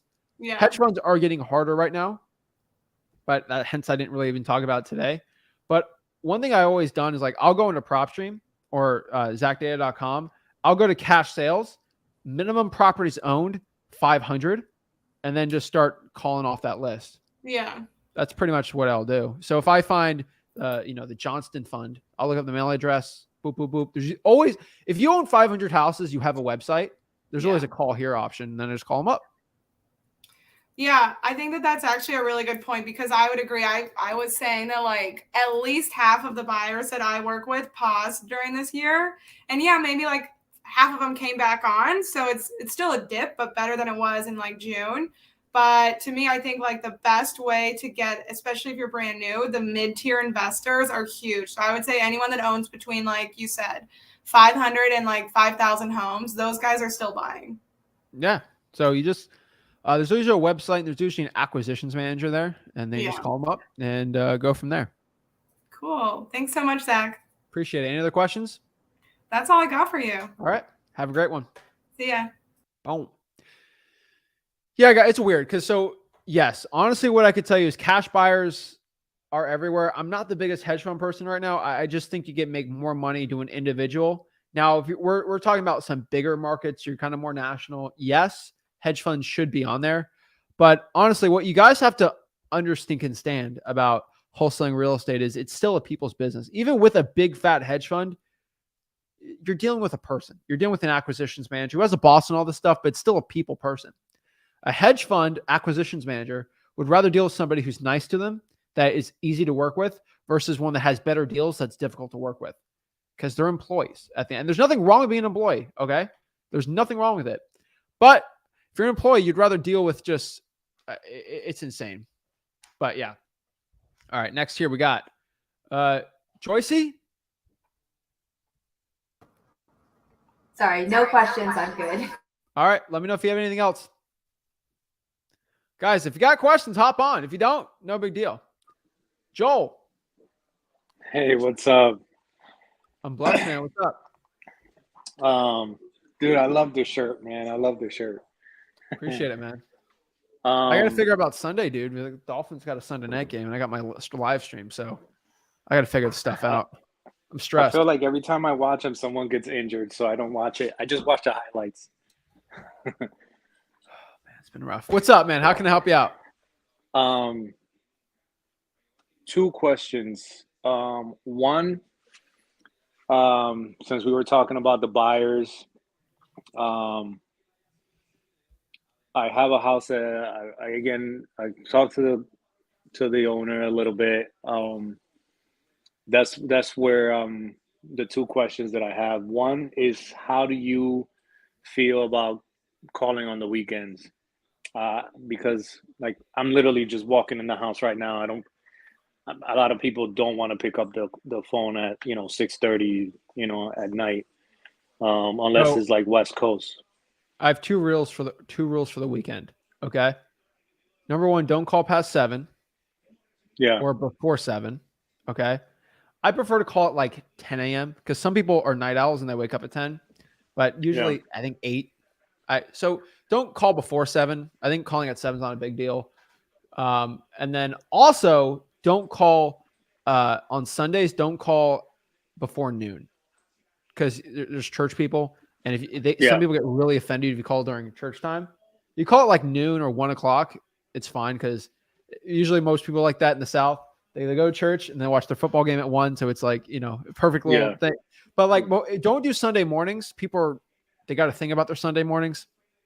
Every day is a Saturday for me, but I figured I ask you since you no, love cold the, calling and calling out. dude. The reason why I say that is because I've been cursed out and lost deals because I've called Sunday mornings and I've called past 7 p.m. on a Saturday. So that's how I come Yeah. up with this stuff. This isn't like off the dome. Like this is stuff that I've No, unfortunately, that's and why. Yeah, that I was like the perfect person to ask this would be Zach. and if you're asking yourself, should I follow up with this person? Think of the worst case scenario. Oh my gosh, Joel cares too much. I hate this guy. Like that's what they have to say. If you're just calling to follow up with somebody, there's usually never a wrong thing, right? Yeah. Hey, I'm gonna be kind of busy tomorrow, so I just reaching out today. There's literally nothing wrong with following up. I felt every Well, single. not even following up. I mean, like even just the cold call stuff. No, it's not the best. Obviously, like the number rates aren't the best, but it's still not the worst. Yeah, the only reason is because obviously, like my You job, work, it man. just keep. Yeah. So, What are the and two the best other times to one, cold call? Do you know? I know one of them is like in the afternoon, like 2 after to 7 3, I would p.m. say. And guess Yeah. what's the second best time to cold call? I don't know. I don't know the Whenever other you one. can, right? Yeah. That's the second best Yeah. time, Yeah. right? So like Yeah. of 2 to 7 is gonna be the best one, but like the second best is whenever you can, right? As long as Yeah. you're not calling past, I think 8's the law. Before 8 to 8, you're fine. Like have some common sense, Okay. but yeah, whenever you Yeah. can, like Yeah. that's I it, was just man. kind of a little bit iffy about the weekends because, like I said, I call people. I try to call them as soon as, like, I literally set up my computer. I try to call at least a couple people once I get here, unless I'm on the live. Um, Joel, I made my money on so the weekends, man. When I was in high school, I made my money on the weekends, dude. yeah, I was working during the week. yeah, I figured. That's where I made my money. That's So where I made my appointments. Like, guys, like when I had first 100K, I was all in high school. I had my high school wrestling tournaments. I was as a bag boy. I was doing all this stuff. The weekends were how I made it happen. So yeah, yeah, okay. The other one was, I know I'm not there, but I want to be semi prepared for, like, if at the point of the closing. Do you have the buyer come in first or the seller come in first I like the and buyer, sign the paper? but it doesn't matter because the buyer should have the money wired a day before. So I don't really care. Okay. Okay. And for the double closing, it's kind of the same thing, you know? Yeah, for the double closing, as long as you have the money wired the day before, you're good to go. Okay. So the Okay. closing is the day before, honestly. That's where all the stress is for Yeah. me on those deals. Yeah. I'm kind of worried about, getting to that point and having someone, like the buyer and the owner, meeting each other and I'm not even there or something like that. But Yeah. so you do the like a morning and an afternoon kind of thing. Yeah, I care less. Like honestly, once I have the money funded, they don't even have to see. Even if they're there in the same room, I tell my buyer knows how to shut up. Okay, so Yeah. the best thing I can tell you, just be straight up with you, is this is the best one. This is what I do because I don't need testimonials, but I used to love testimonials. I use like currently now, I'll have my seller sign at 10 a.m. and then my cash buyer walk through at 10 a.m. So there's 0% chance that they're going to be in the same vicinity of each other, right? Okay. That's it. I have a lockbox on the property, and boom, boom, boom, boom, boom. No one there's a 0% chance no one runs into each other. Like you're saying for the inspection or just for the closing? For the final walkthrough. So if I'm going to buy the property, I'm going to look Yeah. at it right before I go to closing. Yeah. So whenever they do the final, just check on the house. Just make sure the house isn't caving in or anything. Yeah. Seller's going to be signing. So 0% chance. And here's the honest truth, man. Once the seller should sign first, because if a cash buyer meets a seller, the cash buyer's like, I don't like the seller. I'm not buying this deal. No, it's always the other way around. So Yeah. I'd always have the seller sign first, but if you're going to. The seller sign first. Okay. Don't All right, get sounds it good. too like crazy, but yeah, that's what I would prefer to do. Okay. And That's what I pretty used to much do it. was at like 10 a.m. I'd have the seller come to the title company, and then I would have the cash buyer do the walkthrough at 10. I would do the closing.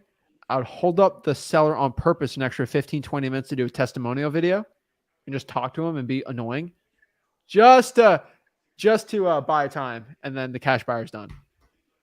Always. Okay. Sorry, another question. I just remember this. Good. So I did like driving for dollars in like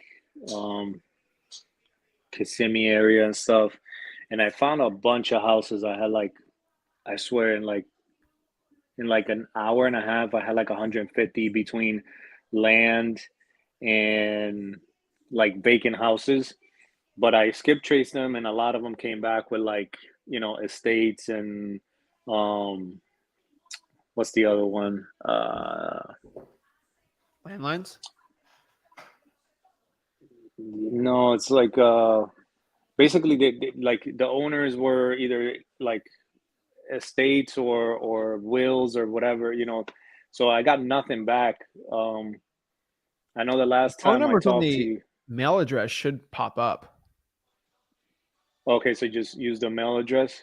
Yeah, and once you use the skip tracing, use the mailing address and then find the phone number with the mailing address. Okay, because I did it through PropStream, and PropStream just a bunch of them. Just most of the ones that I found that I had that were estates or, you know, anything like that was like considered corporate. Because when I click on the property, it doesn't say personal. It just says like corporate title or whatever. Okay. A lot of them came back with nothing. Yeah. Yeah, I'd just probably just separate them. Okay. Yeah, I mean, I was just driving and just adding whatever I saw. So, okay, I'll try to use the mailing address then for that. All right. Thank you, man. I appreciate it.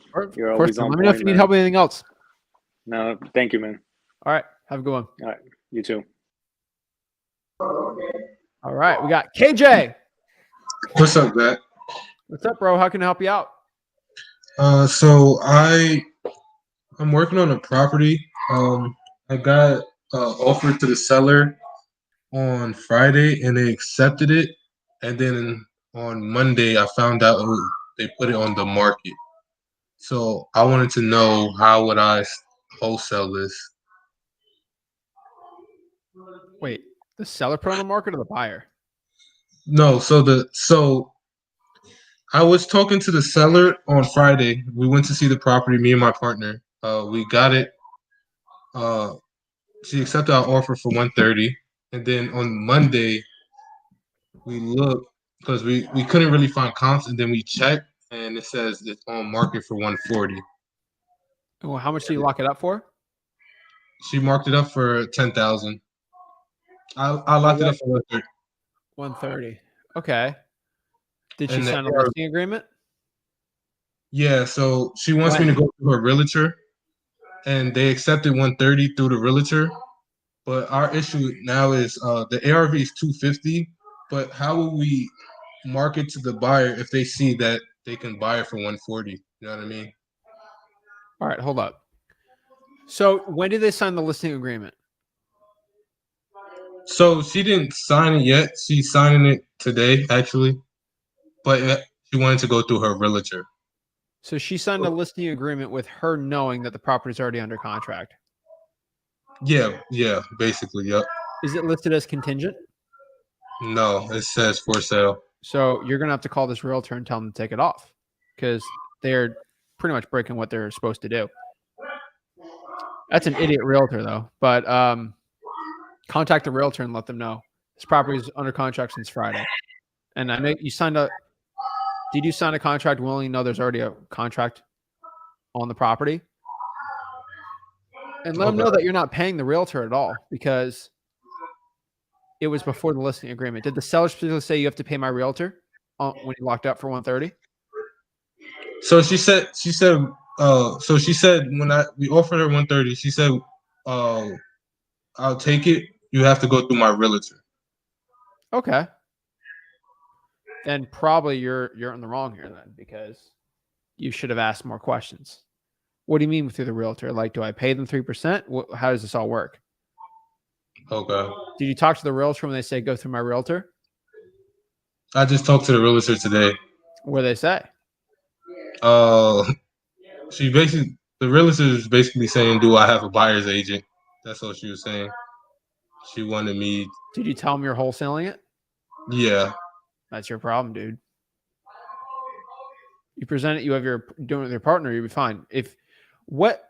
I'm just saying this. Where in freewholesaling.com have I told you to tell a seller that you're wholesaling the deal? So I didn't technically What say module? I didn't say I was wholesaling it. I just said she said, what are you plans to do with the property? I said we either, it depends on the situation. We either fix it up, fix and flip, rental, or wholesale. You did good. You did good. Then you failed the last one. There's nothing in freewholesaling.com says for me to tell people that I wholesaling it. That's the worst thing you can do, man. I'm flabbergasted right here, dude. I've never I'm just being honest. You probably just destroyed the deal by doing that. Okay. Just being honest, man. Like you don't ask them that because now they're like, well, screw KJ. I'm just going to get listed here. And then now you're getting all these hurdles on your deal. Now, the deal's not screwed.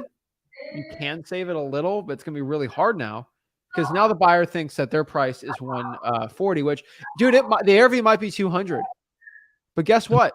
Now that you locked it up and they think like they can list it with a realtor because they don't think you're a legit buyer and you don't have a legit partner, you're screwed.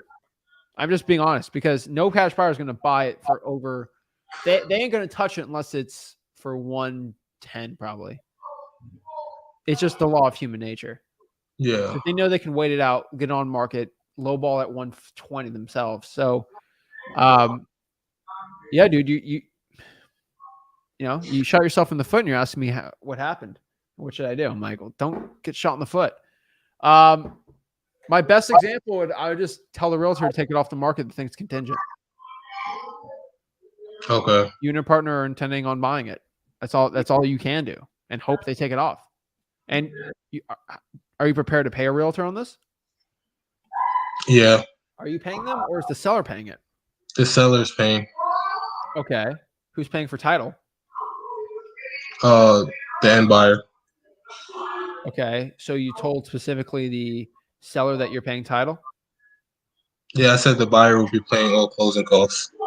Okay. The agent's fee is in the price. You're going to tell them to hopefully try to take it off the market. That's going to be your best, or put it as contingent. Okay. And then at 140, it's terrible. So I would take it a reduction, but that's going to suck too because it's like no cash buyer is going to want to buy that thing because now you kind of let the cat out of the bag on the price. So I'd see if they could take it off the market. That's going to be my best advice for you. This is a tough one, man. Okay, thank you. All right, man. Do me a favor. Don't tell anyone you're wholesaling it. You did so good. You did so good. But, man, sorry, dude. All right, have a good one, KJ. Guys, don't tell people you're wholesaling it. I don't understand how this has been a thing. The gurus don't even say this. And y'all already know how much I bash the gurus. Even the gurus don't say this, okay? Even the gurus aren't this crazy, okay? Even they know, like, There's no benefit from that. Okay. So you go to tell someone, I want to buy your house, but I'm going to make a profit off of you. Like, it ain't going to work. Like, all right. So if I go to McDonald's and I buy a Big Mac, okay, for $5, and they have on the menu that they bought the Big Mac for $2 and they're going to make a $3 profit off of you, you're more likely not going to want to buy it, right? That's just human psychology. Same exact thing with cash buyers, especially the same thing with seller. Then you're wholesale, you're probably not getting the best deal, and they're not going to take you seriously versus if you had a partner on it. So just, oh my gosh. Benji. Hey, what's up? What's up, man? How can I help you out? So, I got another property now that's in my pipeline. It's a pre-foreclosure. I reverse drive for dollars, and I talked to the owner. And yeah, so there was an issue. He's had two other investors, wholesalers, come to him. One of them fell through. The other one is just not doing anything. And the one that's not doing anything, he signed a purchase and sale with him, and he also put a memorandum on the property. So my question to you is how that seller can get out of that, because he feels like he's being scammed and he just doesn't want to deal with this guy anymore. And they signed that memorandum. So it's basically say that one more time. So another investor or wholesaler, I don't know, signed a purchase and sale agreement. Okay. Yeah, you're good. They signed a purchase and sale agreement with the seller, and they also put a memorandum on it to cloud the title. So my question is how would that seller back out of it now that they signed that memorandum? Because that's a tough one. Because he doesn't want to deal with this guy anymore. He's like, I feel like I'm getting scammed. Like they keep like throwing shit at me. They keep like lowballing me, telling me to reduce more and more. And like, he's like done with them. So here's the thing. So when is do you have a copy of the contract? I do not, but the memorandum is on the clerk of court. I found it, and they put it, the memorandum is all the way from March of this year, and they still haven't moved the property. Okay. This is going to be the thing. They probably locked it up for too high. Am I correct? Possibly. How much too high? I didn't dig that deep. Ask them. Because you know you got to below that. Of course. So Okay. if they locked it up for 250, you know they couldn't sell it for anything above that. So you already know what price you need to be at. Here's the best advice I give to you, especially in Florida. He put that memorandum because hopefully 2 reasons. The seller's stupid or the wholesaler's being dumb. Either way, because there's guru guys that do this and guys that don't. Right. Here's the coolest part. If you do the memorandum wrong, you can get sued really bad, like really bad if you do memorandums wrong. That's why I don't talk about it too much. You're maliciously, how old is this seller? So it's heirs to a property. The father died. It's brother, and sister, and it's like different stakes. Okay. So well, it's the one that I talked to, he's the middle child. So I would say he's probably in his late 40s, early 50s. Okay. So let's say, I like this in Florida because I get this all the time. All right. So let's say a 50-year-old man. You are purposely, maliciously clouding a title from the 50-year-old man so he can't sell his piece of real estate. Right. To someone else. There's malicious intent and good intent. Here's how the law works in Florida with memorandums. Unfortunately, I do memorandum law probably 3-4 times a year from people trying to steal my stinking deals. Number one, if I'm the seller, I'm just telling you what they should do. If you locked it up for 200 and it was way too high, they got to be at like 180, 170, which they're probably trying. And he says no. I'm muting you real quick. All right. So if you can hear me, right? All right. So if they lock it up, let's say for 200,000 and they keep getting a price reduction for 170 and 160. And I'm the seller. I'm like, no, I agree to 200. They're like, you know what? This stinking guy, he won't do it. I'm putting a memorandum. I'm not selling for under 200. They might put a memorandum for that 200. And so he can't sell to anyone else, only to me. Here's how the memorandum works. You both made a contractual agreement to sell it at 200. That means the wholesaler at the end of his inspection period should get in or out of the deal or in the deal, right? So if 30 days passed and he couldn't close on it, after the inspection period, then he legally has to buy that. He legally has to. Now, if he doesn't show up, he can get sued. So I don't want to make this too confusing, but if the wholesaler just keeps trying to lowball him and get price, and he says no, it doesn't matter. You both agree to buy it for 200. So that means after the inspection period, which had probably passed, he has to now, the wholesaler is now obligated to purchase the property in his own name or his LLC for cash. And if he can't do that within whatever the closing date, then he's out of the contract because he couldn't perform. Now, if the seller is being a bad person and they're like, 200's way too low, I'm never taking that. That's where the memorandum protects the wholesaler, because we both agreed for 200. Now you want more? I think this is flipped, right? What's the situation? I honestly don't know. I need to dig a little bit deeper. Yeah. Because some bad wholesalers just do a memorandum just to be stupid. The problem with a memorandum is you have to prove to a judge, if you really want to get crazy with it, that you have the funds and you're ready to buy this thing right now. Right. That wholesaler is probably not. He's trying to get price reduction, so he can't even do 200. So this seller can kind of force the guy to sell it to him for 200. So my advice is you gotta get information. Yeah. Get in. Okay. Yeah, that's what I'm gonna try to do. You're fine. Yeah, so I called them today. They didn't pick up, so I'm just gonna go up to the door again. No, the seller. The seller. No, the seller. So that's that. And a little progress on the other deal. I'm actually going to the jail to notarize power of attorney so we can get that going. So it's like Monopoly, dude. You're just visiting. Dude, I know, man. It's crazy. All right, man. I appreciate the help. It works, man. All right. Keep it up, dude. Take care. Bye. All right. Bye. Boom. All right. Next here we got Tristan. How's it going, Zach? I'm good, man. What's up? Doing pretty good. I just had a couple questions for you. Just got my notes here. I was wondering, so for title companies, do you have a system for vetting them or like a script? Oh, yeah. It's pretty easy, man. For a title company? Yeah. Number one, are you okay with an assignment fee? Right? Assignment fee. Are you okay with $100 earnest money deposit? Or are you good with my title? And that you just got to go through the entire wholesaling process with them. Sounds good. Are you okay with the wholesaling process? Freewholesaling.com has that. Okay. But if they're okay with your earnest money, if they're okay with you wholesaling it, how does it work with the assignments? Do you do double closings? How many assignment fees have you done the past year? Okay. If they're like, Tristan, we've done no assignments, but we can do them. Yeah. I don't want to use that. Okay. I'm not comfortable with it. For sure. And just use one most wholesalers use. You'd be good to go. Awesome. Appreciate it. Thank you. Awesome. Any other questions? Actually, yeah. So for finding wholesalers, is there a way to find them on PropStream or List REI? It's like Wholesalers or title companies. My bad. No, the best one is go to Facebook groups and ask what title companies do you guys use for wholesaling. Sounds good. People aren't greedy because like it won't make a difference for them. Awesome. So they usually are really nice with it. Sweet. Appreciate it. Well, yeah, Awesome, that was dude. the last question I had. Appreciate it. Cool, man. Is that a Fallout battle armor behind you? Yeah, I actually built that. The helmet.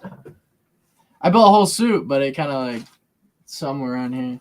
Wait, is that from New Vegas or is that the newer one? Like, let me see. I built it when I was like 11, honestly. Oh, that flashed on it. Oh, that's got to be 3 then. That's Fallout 3, right? Yeah, it's Fallout 3. That's sick. It's awesome. I love it. I built a bunch of other stuff too. Cool, man. Ant-Man helmet, but let's stick it to wholesaling, I guess. You know what I'm saying? Love it, man. I'm going. Appreciate it. All right, I'm going, dude. Thank you. Boom. Dude, Fallout battle armor is sick. All right. Next here we got Destino. What's up?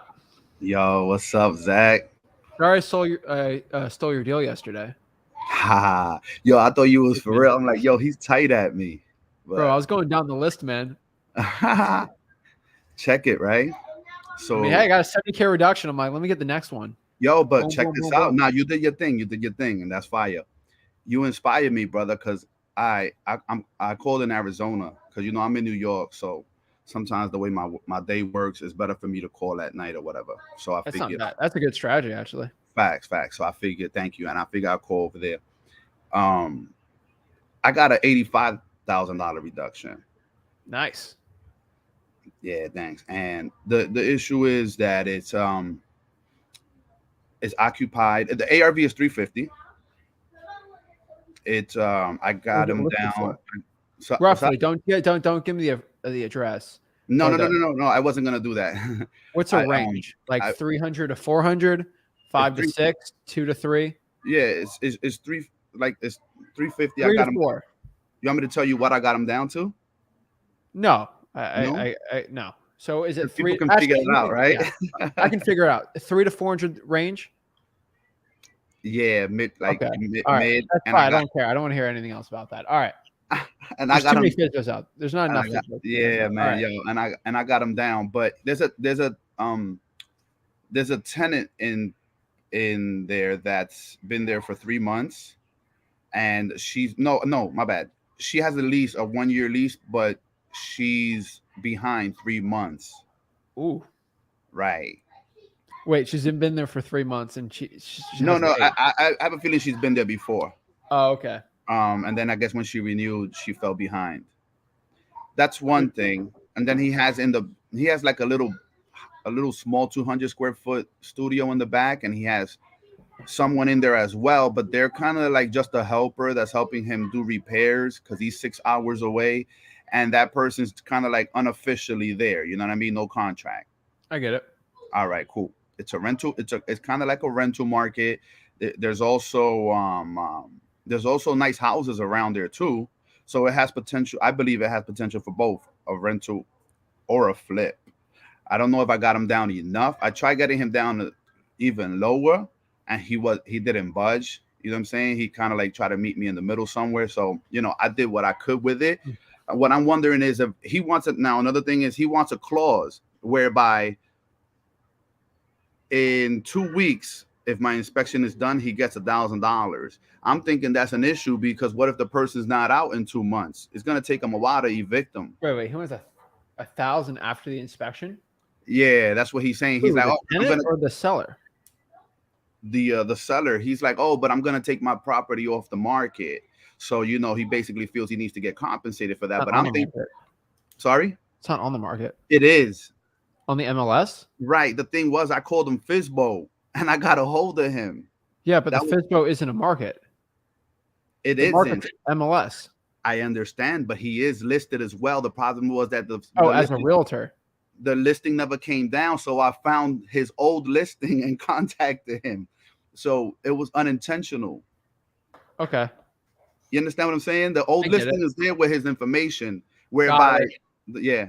Long Got story short, I found out mad information from him when I was talking to him. Realtor doesn't really know I'm talking to him because I don't want him to get in trouble. I know I'm treading in the great area there, but it was unintentional. You know what I'm saying? I get it. Long story short, I'm wondering if I might even have a deal there, or I'm thinking of playing hardball and not even locking it up till he gets rid of the tenant because I know that the tenants could be the issue. You're gonna have to talk to the realtor here. They're the gatekeeper, dude. They're gonna feel terrible, and they're probably not gonna like you. No, I ain't gonna tell him that to keep it 100. I mean, I wouldn't do that, but it was unintentional. So how do you think it's gonna be when the seller says, "Hey, here's a contract I signed"? I'm talking to the realtor. My bad. I haven't. It's just there's a lot of things going on. Oh, you're not talking to the owner? Are you talking to the realtor or the owner? I'm talking to both. Because once I spoke to the gentleman, I told him, listen, I'm really supposed to be going through your realtor. I'm gonna contact your realtor. Okay, I didn't know you're talking to both of them. So that's actually good. Okay. Yeah. So yeah, who mentioned the 1,000? The owner or the realtor? The owner. Yeah, the realtor would not do that because that's stupid, and that's not how real estate transactions work. So now this is kind of going to mom and dad. If mom says no, ask dad. Okay. Same situation. So try to lock it up with the realtor, not with the owner. Try to lock it up with the realtor. Yes. The man wants $1,000. I ain't got no $1,000 to send him, and I ain't gonna do that. Mom said no. Talk to dad. Oh, so like basically tell the realtor, yo, tell him I can't. I'm ready to buy it. Here's the price. But my EMD, I guess he wants substantial EMD. He's gonna counter with that situation regardless. Because you're dealing with an on-market property, of course. So it's You kind of want like the benefits of wholesaling on the MLS, but you don't want any of the downsides. Like I don't get it, man. Right? It's like you want to live in Florida, but you don't deal with hurricanes. It's like you can't. Okay. That's the issue when you're wholesaling MLS properties. They're all going to want a big EMD. Should I do that for 2 weeks and see if I can get a cash buyer to do it? Yeah, if you want. Or I could play hardball and just say, you know, I can't do that much. I can do 500. But then they're not. I just say I'm doing 1,000. It's risky with the. Say I'm doing 1,000 and it's risky with the tenant. That's all you can do. That is what he wants. He wants 1,000. And do 1,000. Yeah, it's on the MLS. That's a steal. Oh, okay, cool. So then, you know, my perspective just needed to be like, you know, redirect. That's a steal for the MLS, dude. I was thinking you're like 3, 4, 5. All right. So it's a 2-week contingency. Kind of worries me because, you know, the market is shifting and 30. I'm not sure. Sorry? Make it 30. I spoke to the man and told him about the 30. We agreed to 45 days closing and 30. When I mentioned 30 days inspecting, he wanted 14 days.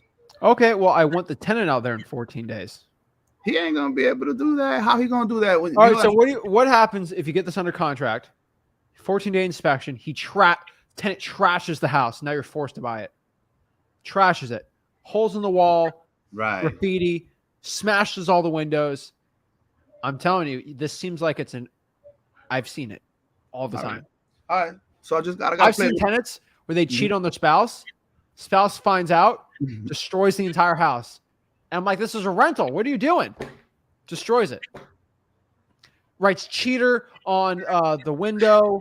I literally went up to a house once, had cheater. My husband's a cheater on the door. It was a nice house too. Throws a brick through the car like in what was that? I forgot the movie. No, brick through the window because it's the house that's damaged. So no, I can't risk this person doing something crazy.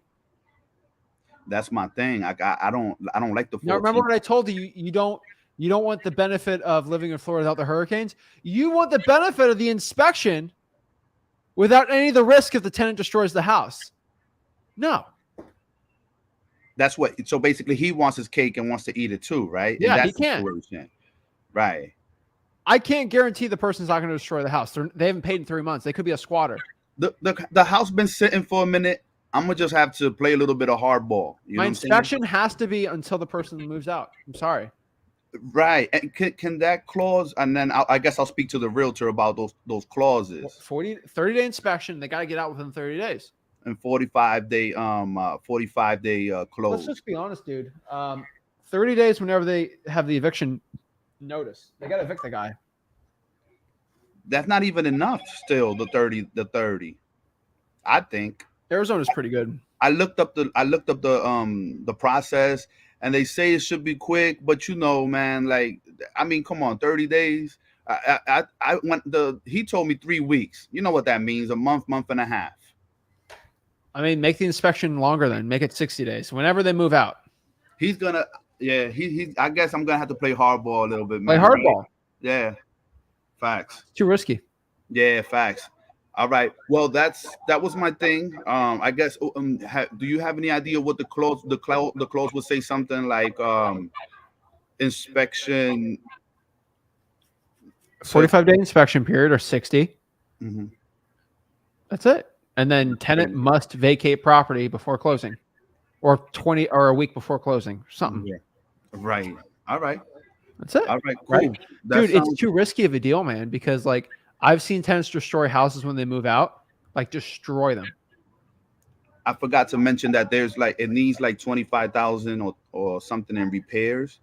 I'm not sure if I still have a deal there, but it's probably still worth it. If he agrees to those terms, it's probably still worth it to lock it up and shop it around. I've had tenants that are so upset with the landlord they put cement in the toilet, destroyed the plumbing when they left.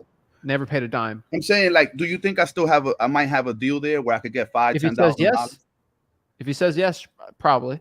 Yeah. Because he had a good reduction. If he says no, then no. Right. There's a property that goes for a little lower, and it's it's not rehab. So this would be rehab. Hopefully this could go for a little more. All right, but I don't want to hold you too long. There's others waiting. Talk to him. Get on the phone right now. What is it? For their time right now? Yeah, go call. The realtor, right? Yeah, it's 4 o'clock. Yeah. Arizona. I'm gonna let them know. I'm gonna say my partner, because I've been throwing everything on you, Zach. Do it, man. I don't care. I As long as appreciate I'm not you. legally on it. Would you be open to JVing on that, or should I just contact somebody in the group that maybe works in Arizona that could, work with me on it? I don't. But let's get the inspection first. All right. And then we can JV it. You said. All right. Thanks.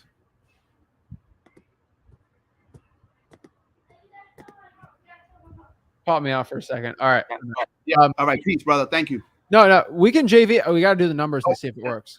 All right. Cool. So how do I go about contacting you? Just support or get the deal locked up first with those terms, and then we can talk. I'm gonna holler at you on the next live. Thank you. All right, keep it up. I appreciate it. Oh, all right. Next here we got Jose. Hey, how's it going? What's up, man? How's it going? Good. I have a question. I have a situation. I was talking to a seller. I ran the numbers. I told him that the most I could do was 115. I had a great conversation with him. I left him at that. I used your advice. I gave him some ideas for, things he could do if he wants to sell and stuff. So I think that resonated well with him.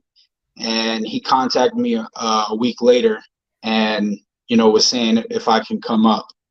I was saying I was firm at 115. He kept, insisting for more. And I said, hey, all right, look,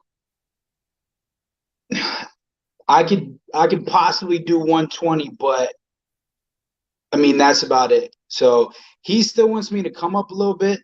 I think I could still make profit off of it if I find the right buyer. So my question is, since he lives, the property is in PA. He lives in New York. So it's going to be a 2-hour drive for him. So I was thinking about getting him to agree to a lockbox because the chances of us probably meeting at the same time are going to be slim. So I was thinking about getting him to agree to a lockbox and then a higher inspection time. That way I have more time to find a buyer. And then I'm going to tell him if I agree to his price, then there's a very good chance that if the numbers don't add up, I'm going to have to go down. But I kind of want to do it since I haven't done a deal yet. I kind of want to set it up like that so that I can at least go through the notion. I think once, I'm there, if I pull down 5 or maybe 10,000, he'll probably just be like, hey. So you think that would be a good idea to run with? How much do you think you can sell to a cash buyer for? I think I can get it's for sale by owner at 150. The property could sell as much as for 220 with as little as like 30,000 in repairs. It would have sold already if that was the case. Just letting you know. You don't think so? No. How long has it been listed for? I don't know off the top. I would have to check. Like over 40 days or below? It's probably somewhere around 40 days because it probably would have got some offers. It was that smoking of a deal. Yeah. You're usually making 15, 20K at most on these type of deals. Mm-hmm. So I would check your numbers. I'm just letting you know. Yeah. Yeah. But what? What do you think at those numbers? What do you think a cash buyer would come in at? So I was thinking like maybe. Did you say 120 or are you just thinking about saying 120 with the guy? No, I told him I couldn't go over 115. But 115, wait the guy out. Yeah. That's what I would do. Because he keeps contacting me, so I know he's motivated because I let him go and just let it off as like, if you have trouble, or whatever, you can contact me and hit me up a week later. So let's do this. Log up for 115, get a lockbox, sell it for 125, 10K, boom. That's how most of those deals work out. That's what That'd I be was my best thinking. advice. I was thinking, unless I find like somebody who wants to rent it out, like if I find a perfect buyer, I could probably sell for 130. I think if somebody sees it listed for 150 and they'll say, That's it. That's what I told. Yeah. So I stage firm at 115, 125. I would try to sell it for. You can do 130 if you want. I'm just thinking of numbers. I think 125 and go from there. Do you think I should go? You think I should set? You think I should set it up though, just for the experience? Tell them I'll do 120, but that's going to be based off of once I get my 115. contractor in there and run numbers, and then once I find a buyer, if I get the buyer at 125, maybe I You still lock this thing up, man. 115. yeah, maybe I still say to him, look, I can't do. I talked to my contractor. He says it's going to cost me this much. I can only do 115. I think if we get to that point, he'll be more likely to. You're saying it the wrong way. What do you mean? Offer title comp? Did you offer to buy, pay for the title? I mean, I told him how the process would work, but I didn't mention about paying that. Maybe he thinks that he has to pay that. Hey, whatever, John or whatever his name is. Is Jim close? Jim, I would buy this thing for 120. But here's the problem, Jim. I got to pay closing costs. I got to do the fees, hassle inspectors. It's going to cost me probably 3, maybe even 5K. That's why I'm at 115. I'm pretty much at 120, but I got cost on this. Yeah. Boom. All right. I'm gonna try. I'm gonna hit him up. I'm gonna try it out. I think it would be, even if I don't get it, I think it'd be great going through the motions. You know what I mean? Like, all right. All right. Well, you know what to do, man. Appreciate it. Have a good one, Jose. You too. Boom. All right. All right, guys. So that is it. That is how we talk to cash buyers. That's how you deal with cash buyers. That's how you get the right questions for cash buyers. And most importantly, how you can sell these deals for the best profit possible. Guys, I can tell you straight up right now, if you are not using these strategies to find your cash buyers, you are doing a disservice for your dispositions process. You are not selling your deals for the best profit. Guys, I can tell you straight up, most of you guys aren't finding the cash buyers the way I've said before, because most of you guys say, I don't feel like doing that much work. Oh, that's a little too much work to go, cold call a cash sale or go to a Facebook group or go to an in-person auction. I'm nervous. The thing you have to ask yourself is you have to deal with comfort, and comfort's with two things, right? You're either comfortable not, taking that action and it feels good not doing that, but your profits are going to be uncomfortably bad, right? Or you get uncomfortable in the beginning and find the good cash buyers, do the stuff that sucks, and then you're comfortable when you get that really nice big fat check. You have to choose what your comfort level is going to be. Or do you want to be comfortable in the beginning or at the end? I'd rather be comfortable at the end with the nice money, because you're going to be uncomfortable either way. Choose your struggle, choose your uncomfortableness. And once you start looking at it from that perspective, I think your wholesaling business is going to change for the better. And you're going to start doing more wholesaling real estate deals, right? Because a lot of people focus so hard on getting the best contract price possible. And that's so important. But so many people neglect the fact that you also need to get the best cash buyer possible, because it's a yin and yang, right? It's getting a good price under contract, but also selling it to a cash buyer on the dispo side for the best price possible. You got to understand the yin and the yang of it. And if you can figure out how to balance it with getting the best contract price possible, then selling it for the best dispositions price possible, you're going to succeed in wholesaling real estate. So many people struggle with this fact. They either focus on too much on trying to find the deal, and then they don't focus on the cash buyer. They focus so much on the cash buyer that they struggle finding the deal. You have to figure out in your own mind which one you're going to do and which one's going to be the best to mesh for your success. I can't tell you what to do, but I can tell you is those 4 strategies: Facebook groups, for rents, cash sales, auctions. It's going to be the key to your success, guys. It doesn't cost anything. There's no barriers to entries. Yes, sir. Like, you can use softwares, they do help. But I can tell you straight up, everything we teach is free at freewholesaling.com, which is our free real estate wholesaling course. So if you got any value from this video, do me a big favor. Make sure you smash that like button and subscribe. Go to freewholesaling.com. Go to Wholesaling Houses for Real. That is my Facebook group. basically my mastermind. You go on there. And guys, everything you need to know is at freewholesaling.com. My scripts, what to say, asking the right questions to your cash buyers. If there's one thing I can leave you off, one basically just comment for you is ask your cash buyers specific questions that I taught. The 7 questions I ask them that question. You won't have a problem selling your deal or dealing with a bad buyer. Most people that complain about a bad buyer always did not ask the right questions. So get uncomfortable with asking those questions and not be uncomfortable when it comes to closing. Guys, this is Zach Ginn signing out.